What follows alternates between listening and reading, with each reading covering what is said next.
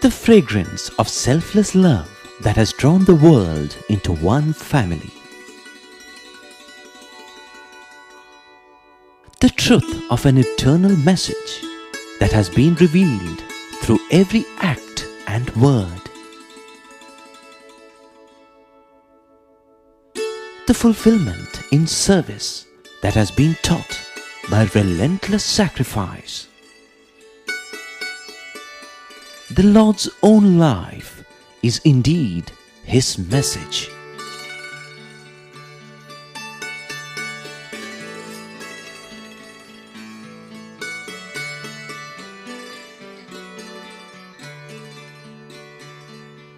Sai Ram. On this beautiful and bright sunny day, welcome to the 7th episode in our serial presentation entitled Message of the Lord. Just to remind you, the first 2 episodes were in the nature of an introduction to the life of Bhagwan Baba, and thereafter we have been discussing various aspects of Swami's teachings. Last time we focused on the omnipresence of God in the entire universe. As I told you then, we may see many different and diverse objects as well as beings, but from a spiritual point of view, we must never forget that God is present in all entities, both animate and inanimate. Following up from that, in the present episode, we wish to discuss 2 topics. The first of which is what Baba refers to as constant integrated awareness. There are 3 words here: constant, integrated and awareness. Each of them has a deep significance. Pragnanam Brahma. This in Veda is called Pragnana, awareness. Not awareness, constant integrated awareness. Constant integrated awareness. Awareness అంటే సామాన్యమైనటువంటిగా మనం భావించవచ్చును. You may consider ordinary. కానీ వేదంలో చెప్పినటువంటి ఒక చైతన్యము, but that awareness of Veda, వేదంలో చెప్పినటువంటి ఒక చైతన్య శక్తిని and the power of the awareness, దాని constant integrated awareness is to be called constant ఎక్కడే గాని ముక్కలయ్యేటువంటిది కాదు, and it doesn't ఎక్కడే గాని కట్ అయ్యేటువంటిది కాదు, it won't break, ఎక్కడే గాని జాయింట్ కి కాదు, no joints, ఇది ఏది కాదు, కాన్స్టెంట్ ఎప్పుడు జరుగుతూనే ఉంటుంది. it exists constantly, సర్వదా సర్వకాలేషు సర్వత్రా హరిచింతనం. it is present in all the periods of time. దానికి రాత్రి పగలనేటువంటిదే లేదు. it has no distinction between the day and night. జాగ్రత్త అనేటువంటిది లేదు. nothing whatsoever. సుషుమ్న మానమత్వం లేదు. it has no 3 states. కాలములు ఒక్కటే. all periods of time are one. అది ఏకం సత్విప్రా బహుధావదంతి. the truth is one and not 2. In simple terms, what he meant was that one must see God in everything, everywhere, all the time. If, say, we see a galaxy through a telescope, after admiring it, we must not fail to realize that Swami is in the galaxy also. If we see a stone, we must realize that Swami is in the stone. In short, wherever we look and whatever we see, be it an ant or an elephant, we must realize that God is immanent in that being. If we keep on doing that, we would realize, as Swami often reminds us, that there is no place in the universe where God is not present. Indeed, the entire universe is only God and nothing but God. Achieving that realization is what constant integrated awareness is all about. Now you might ask, why on earth should I worry about this constant integrated awareness that you're talking about? I'm a busy person and I have very important things to do. Okay, tell me, what benefits will I get out of this constant integrated awareness? What is there in it for me? Well, becoming aware of God's omnipresence and staying in that state of awareness all the time will certainly not increase your bank balance, fetch you awards and things like that. However, there is something far more precious that one can gain, which is God's limitless grace, and a quick reunion with Him, after which it would be nothing but bliss all the time. So, there is something at the end of the rainbow, if that is what you want to know. Meanwhile, someone quite practical might argue, yeah, I'm a businessman. I pray to God, I worship Him, I go to the temple, And now you're telling me I should see God in everything I do, including my clients, my customers? I make offerings to God, and I'm supposed to be making offerings, free offerings to my customers? Doesn't make sense to me. I've got a business to run here. I've got salaries to pay. It's just far too complicated for me to understand. Now that is a very good point. Sorry. And let us see what Swami says about it. Baba's point is simple, and he essentially says, "My dear fellow, you seem to be in a tearing hurry and do not pause even 1 second to think about what I am saying. Did I ask you to give anything free? Did I say, do not make profit? Now listen carefully to what I mean when I say, see God in every person. First ask yourself, what is God? The answer is simple. God is Satya, Dharma, and Prema. Hence, do business with your client in a truthful and righteous manner, which means firstly, do not cheat and take him for a ride. You do not have to fall at the feet of the client or give anything free, but just do honest business. Make a profit by all means. The code of Dharma allows you to do that, but do not gouge him for heaven's sake. Profits must be moderate and never excessive nor amount to exploitation. Free market advocates might tell you that price is what the market can bear, but that is not Dharma. So you see, the practical implication of cultivating this constant integrated awareness, or the CIA principle, if I may call it that, is that it would help us to perform actions keeping God in view, but in accord with the needs of the occasion. That is how one must live in this world, reacting no doubt to short-term considerations, but always keeping the long-term in view. And long-term consideration means that the ultimate goal of life is to go back to God from whom we all have come. There is a balance between the short and long-term objectives, and I hope that is clear. Having discussed the CIA principle, which is the first of the two topics that I wish to present in this episode, let me turn to the second one. People sometimes ask, especially those undergoing great difficulty and pain, "Oh God, why did you create this universe and put me in it?" Fortunately for us, Swami has given the answer, which is, I separated myself from myself in order to love myself.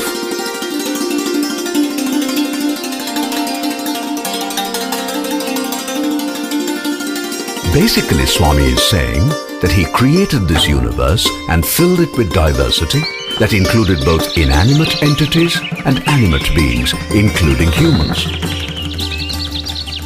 Why did God do all this? Because he wanted to stage a drama. What was the stage for this drama? The entire universe. Who were to be the actors? Humans. What about the rest? Well, the inanimate entities were sort of props, like the land, the sea, the mountains, and so on. What about the insects, animals, and so on? They too had their own supporting roles. At a basic level, they all formed the precursor to the human species. There was also a supplementary role for plants and animals. The plants provided food, the trees provided fruits and wood, and the cows provided milk, and so forth, all for humans. Okay, all these were enabling provisions for humans who were supposed to be actors. But what about the script and the storyline? Here, God was quite different from the usual playwrights. He simply said, "O humans, you make up the dialogue as you go along, but there is one thing I want all of you to do, which is to love each other."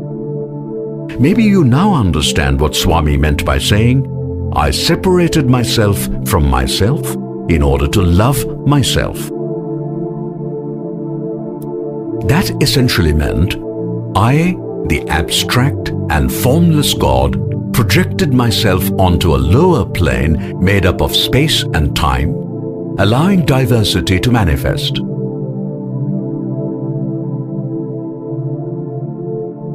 I became immanent in all aspects of this diversity, so that my love became embedded in every bit of the universe. In particular, I gave to each individual the infinite treasure of pure love. I then expected all humans to act in a loving and selfless manner towards each other. I did all this so that love, which is latent in the formless God, might become patent and manifest via humans with names and forms. So, maybe you now have some idea of why God created the universe. He did it so as to stage a drama with all of us humans playing the role of actors. There was no script or storyline, and God gave us perfect freedom to take the play along as we wished. But He was clear about one thing He definitely wanted. He said, "Dear humans, pure and selfless love must be the theme of whatever you do. And remember, that automatically implies that your thoughts, words and action must also be pure." What does that mean? It means that they must conform totally to Satya and Dharma. You cannot tell your brother or friend that you love him and then cheat him. Not allowed. Understand? Now go ahead and let the play evolve while I sit back and enjoy myself. Interestingly enough, that is not how things worked out. The actors, that is us humans, forgot God's instructions and began acting and speaking as they wished, meaning they allowed selfishness, greed, desire, anger, etc. to creep in, with the result the play began to get ruined. Worse still, humans began to have conflict, harm each other and so forth to such an extent that from time to time, God had to put in a personal appearance as an avatar to set things right and get the play back on track, so to speak. And that, by the way, is how Swami happens to be in our midst right now, meaning that we have messed up the world so much that he feels we need his help. Teach me, O Swami, teach me, my Lord, that you are in me and I'm in you. Let me remember with every breath I take that I'm your child. But let us search our hearts and ask, do we feel that way? Swami often says, "I give you what you want," interviews, rings, watches, etc., so that you would ask for what I have come to give.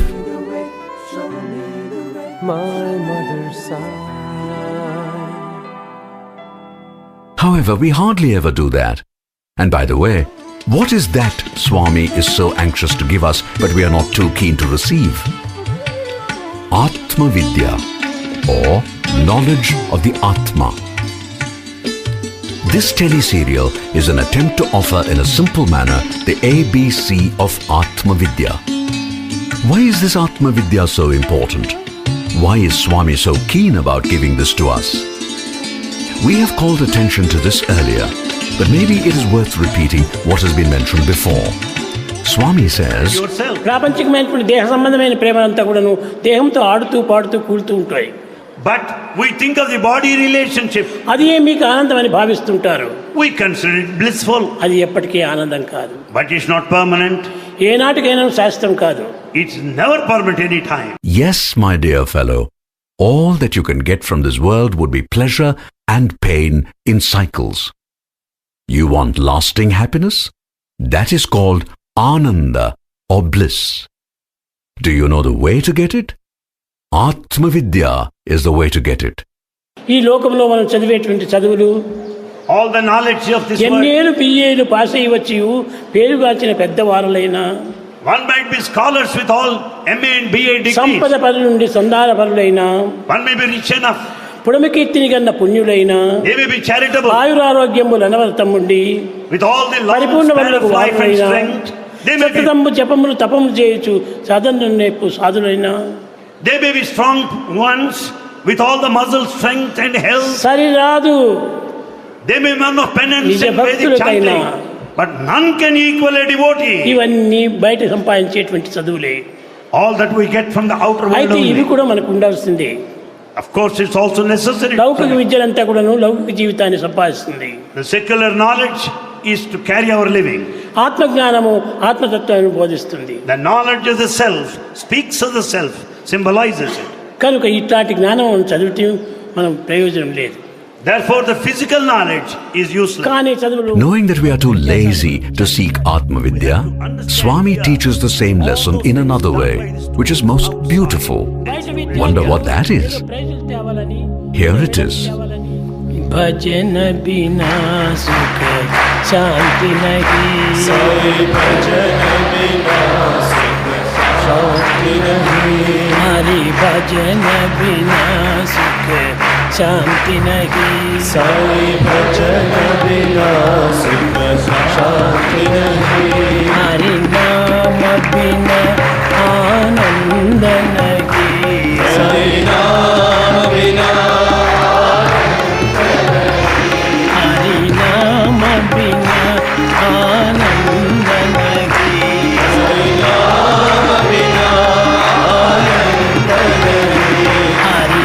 Dear viewer, just think of how many hundreds of discourses Swami has given in public and private, explaining Atma Vidya and all its aspects. Just think of how many times Swami has sung this bhajan for us. At least now, we should introspect and ask ourselves whether we are paying attention to the deeper meaning of what Swami is telling us. And we should not forget that it is not every other day that God comes down in human form to be amongst us.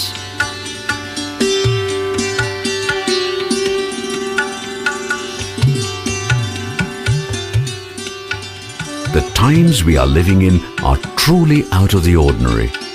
To be in Swami's presence and see him is a precious privilege.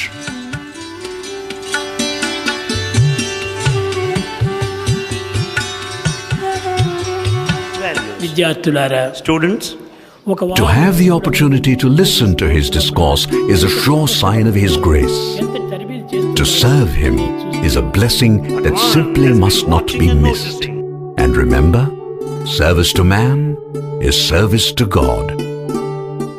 So, we really do not have to try to push ourselves to serve the physical Swami.